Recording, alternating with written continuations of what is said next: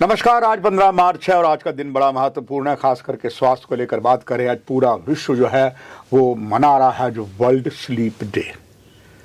आज जुमा भी है और ये दिन जब मनाया जाता है, जो मार्च महीने का एक जुमा का शुक्रवार होता तब मनाया जाता और मुकद्दस महीना भी है। जो डिपार्टमेंट एम्स में है शरीर क्रिया विभाग, उनकी डिपार्टमेंट की हमारे पास असिस्टेंट प्रोफेसर डॉक्टर सुनीता है। डॉक्टर सुनीता जी, आपका बहुत धन्यवाद। दर्शक जानना चाहेंगे इस दिन के ऊपर, ये दिन क्यों मनाया जाता है, नींद का महत्व क्या होता है शरीर में? जी, नींद हमारे शरीर में एक हाउसकीपिंग की तरह काम करती है। जब हम अवेक स्टेट में होते हैं तो हमारा ब्रेन एक्टिव होता है और उस दौरान हमारे शरीर में कुछ टॉक्सिन्स प्रोड्यूस होती हैं और न्यूरोट्रांसमीटर्स और हार्मोन्स का इम्बैलेंस भी होता है हमारे ब्रेन में। लेकिन नींद के टाइम पे हमारा शरीर जो है वो इन टॉक्सिन्स को हटाता है, टॉक्सिन्स को रिमूव करता है और हार्मोनल और न्यूरोट्रांसमीटर्स का बैलेंस जो है वो बनाता है। नींद के दौरान जो है हमारे शरीर में जो मेमोरी कंसोलिडेशन है वो होता है और हमारे शरीर में जो बीमारियों से लड़ने वाले सेल्स हैं, जिसको हम साइंटिफिक लैंग्वेज में इम्यून सेल्स बोलते हैं, वो एक्टिव होते हैं, वो जिसे हम इम्यूनिटी कंसोलिडेशन के नाम से जानते हैं। नींद को हम कुछ स्टेजेस में डिवाइड किया है, जैसे कि रैपिड आई मूवमेंट स्लीप और non rapid eye movement sleep.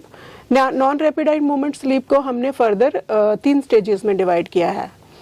जो non rapid eye movement sleep होती है, ये इसको जैसे कि हमने 3 स्टेजेस में डिवाइड किया है, इसमें जो 3rd स्टेज होती है वो डीपेस्ट और सबसे ज़्यादा इम्पोर्टेंट स्टेज जो है मानी जाती है। उसी स्टेज के दौरान जो मेमोरी कंसोलिडेशन होता है और इम्यूनिटी के जो सेल्स हैं वो जो है वो एक्टिवेट होते हैं। डॉक्टर, नींद एक शख्स के लिए एज के मुताबिक भी या नॉर्मल एक शख्स को कितनी नींद की आवश्यकता प्रतिदिन यानी कि प्रति रात को नींद की आवश्यकता होती है? जी, नींद की जो रिक्वायरमेंट है वो वेरी करती है अकॉर्डिंग टू एज, और सेम एज के जो इंडिविजुअल्स हैं उनमें भी नींद की जो रिक्वायरमेंट है वो वेरी करती है। जैसा कि जो स्मॉल बेबीज़ हैं, छोटे बच्चे जो हैं, इन्फेंट्स जो हैं बिलो 1 ईयर एज के, वो ऑन एन एवरेज 24 आवर्स में 16 से 18 घंटे तक सोते हैं। और जो थोड़े बड़े बच्चे हैं, लाइक टीनेजर्स हैं, उनमें नींद की आवश्यकता जो है वो 12 घंटे भी हो सकती है। लेकिन जो एक नॉर्मल एडल्ट है उसको रोज़ाना 7 से 9 घंटे की अनइंटरप्टेड स्लीप जो है वो रिक्वायर्ड होती है। दर्शक ये भी डॉक्टर साहब जानना चाहेंगे, what is the basically best timing to sleep to awake? Yes, ये बहुत ही इम्पोर्टेंट क्वेश्चन है।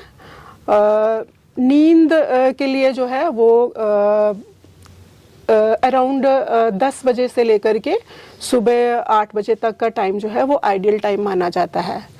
ऐसा इसलिए है क्योंकि हमारी नींद को पे बहुत से फैक्टर्स हैं जो हमारी नींद पे इफ़ेक्ट डालते हैं और इस पर जो डे लाइट है इसका सबसे ज़्यादा इन्फ्लुएंस रहता है।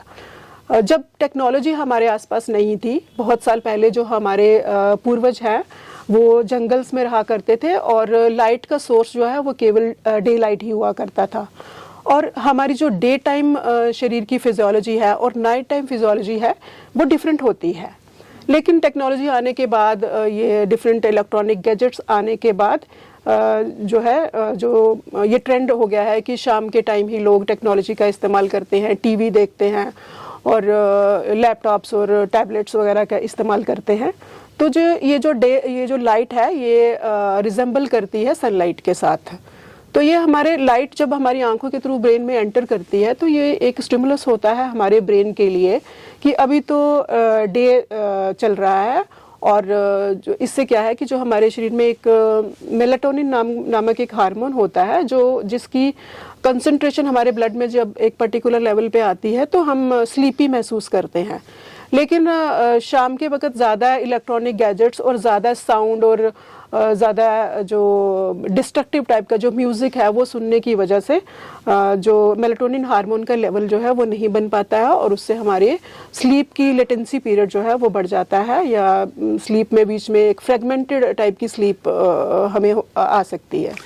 डॉक्टर साहब, एक चीज़ और होती है, एक ही बेड है, जैसे हस्बैंड वाइफ या बच्चा साथ सोया, या एक घर में बहुत से लोग सोए हैं, एक जो सोया हुआ आदमी वो दांत खटखटाता है, कभी कभी कहते हैं नींद में चल भी पड़ता है, उसको मालूम नहीं होता है, दूसरों को मालूम होता है, खर्राटे भी लेता है, तो इसकी क्या वजह होती है और इसको कैसे रोका जा सकता है? जी, डिफरेंट टाइप्स के स्लीप डिसऑर्डर्स होते हैं, जैसा कि दांत खटखटाना, जिसे हम साइंटिफिक लैंग्वेज में ब्रक्सिज्म बोलते हैं, और नींद के दौरान बातें करना या बॉडी के डिफरेंट पार्ट्स को मूव करना।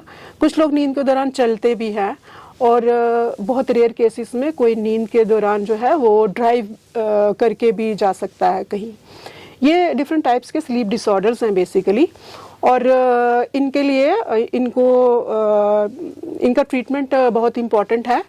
अगर तो ये एक या दो बार कभी बीच में हो जाना को हम नॉर्मल कहते हैं, लेकिन अगर रिपीटेडली ये चीज़ें पेशेंट कर रहा है तो इसके लिए हमें टेस्ट परफॉर्म करते हैं, जिसे हम साइंटिफिक लैंग्वेज में पॉलीसोमनोग्राफी कहते हैं।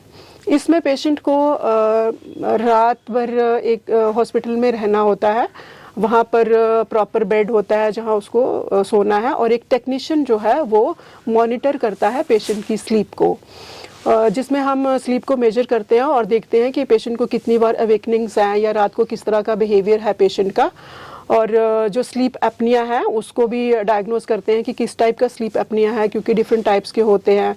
सेंट्रल स्लीप एपनिया होता है जिसमें प्रॉब्लम होती है रेस्पिरेशन रेगुलेशन के लिए, और एक पेरिफेरल होता है जिसमें जो हमारे रेस्पिरेटरी जो हमारे नेक मसल्स हैं बेसिकली उसमें प्रॉब्लम होती है। तो ये टेस्ट जो है वो हमें इसका डायग्नोसिस करने में हेल्प करता है, और उसका ट्रीटमेंट स्ट्रेटजी जो है वो कैसे करनी है उसके लिए हेल्प करता है। सर, जैसे भी आप अभी भी आपने बताया एम्स में अब सब बीमारियों का इलाज शुरू होने वाला है। दर्शक ये जानना चाहेंगे आखिर में कि ये जो खास करके नया जैसे आपने अभी एक टेस्ट का बताया, ये तो टेस्ट यहाँ भी चलता है एम्स में, what are the newly technology for this disease and for a treatment? जी, इसके लिए हम बहुत जल्द हमारा प्लान है एक स्लीप लैब एस्टैब्लिश करने का, जिसमें एक टेक्नीशियन रहेगा, और ये पेशेंट को हम मॉनिटर करेंगे, डिफरेंट टाइप्स के जो स्लीप डिसऑर्डर्स हैं उनका डायग्नोसिस करेंगे। ये नई चीज़ें जो आप बता रहे हैं डॉक्टर सुनीता वहाँ पर है, दर्शक भली भांति से जान भी चुके हैं, और एक जो कहावत भी थी early to sleep early to rise makes a man healthy and wise, आखिर में सभी दर्शकों के लिए आपका संदेश? जी, मैं जनता को ये संदेश देना चाहती हूँ कि नींद के दौरान हमारे शरीर में बहुत इम्पॉर्टेंट एक्टिविटीज़ चलती हैं। नींद के दौरान हमारा ब्रेन और बॉडी दोनों ही बहुत इम्पॉर्टेंट होम्योस्टैटिक और डिटॉक्सिफिकेशन फंक्शंस परफॉर्म करते हैं, और इन सारे फंक्शंस को पूरा करने के लिए हमारे लिए रोज़ाना 7 से 9 घंटे की नींद जो है वो बहुत इम्पॉर्टेंट है। इनएडिक्वेट स्लीप और उससे होने वाली प्रॉब्लम्स जो है वो हमारे जीवन के हर एक पहलू को टच करती हैं, हर एक पहलू पर बुरा असर डालती हैं। ये हमारी वर्क कैपेसिटी को कम करती हैं और हमारी ओवरऑल प्रोग्रेस को रोकती हैं। एक रेस्टफुल और एडिक्वेट स्लीप के लिए स्लीप हाइजीन टिप्स को फॉलो करें, और ओवर थिंकिंग और स्ट्रेस को अवॉइड करें, और रोज़ाना 7 से 9 घंटे की स्लीप अवश्य लें। दर्शकों, ये आपको करना है तो समझिए आपकी हेल्थ बिल्कुल फिट रहेगी, और कहीं दिक्कत आती है तो एम्स के अलग अलग विभाग और खासकर जो शरीर क्रिया विभाग भी है आपकी सेवा में हाजिर है। डॉक्टर साहब, महत्वपूर्ण जानकारी आपने दर्शकों को दी। इस एम्स के सोशल मीडिया के माध्यम से आपका धन्यवाद। दर्शकों, आपसे भी इजाज़त, नमस्कार।